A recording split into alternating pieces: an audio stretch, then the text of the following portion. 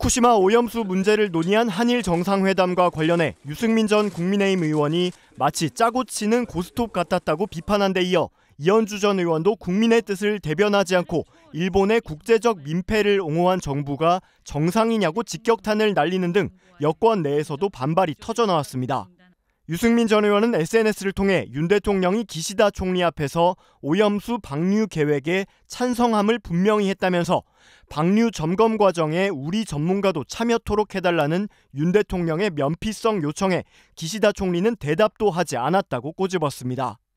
또 오염수 방류에 찬성하면서 윤 대통령은 국민의 건강과 안전을 최우선적인 요소로 고려해야 함을 강조했다니 도무지 앞뒤가 안 맞고 국민을 우롱하는 이런 말은 차라리 안 하는 게 나았을 것이라고 지적했습니다. 그는 가장 가까운 대한민국의 지지를 획득했으니 일본은 마음 놓고 후쿠시마 오염수를 방류할 것이라며 대통령까지 찬성했으니 태평양으로 버려지는 오염수가 안전한지 여부는 이제 우리 국민 각자가 알아서 판단해야 하는 각자 도생의 길로 접어들었다고 말했습니다.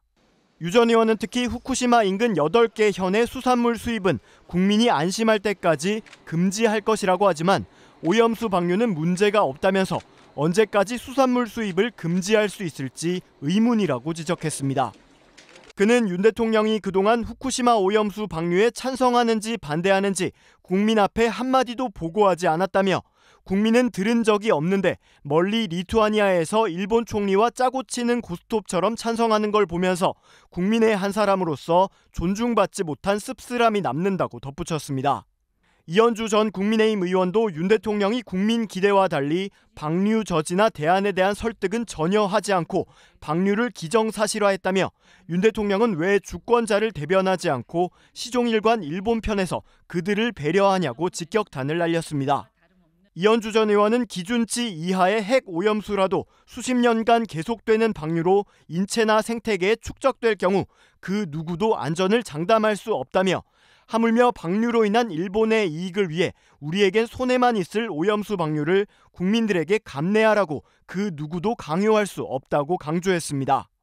그는 주권자인 국민의 뜻을 대변하지 않고 일본의 국제적 민폐를 옹호한 정부가 정상이냐며 국민의 뜻을 거스르고 무방비로 우리의 환경주권과 건강주권을 방치한 윤석열 정부는 그 책임을 면치 못할 것이라고 경고했습니다. 올 들어서만 4번째 마주 앉은 윤석열 대통령과 기시다 후미오 일본 총리. 회담은 30분간 이어졌습니다. 공개 발언에서 후쿠시마 오염수 문제를 거론하지 않은 두 정상은 비공개 회의에서 서로의 의견을 주고받았습니다. 윤 대통령이 요구한 사안은 크게 3가지입니다. 국민 건강과 안전을 최우선으로 고려해야 한다며 오염수 방류 점검 과정에 우리 전문가의 참여를 요청했습니다.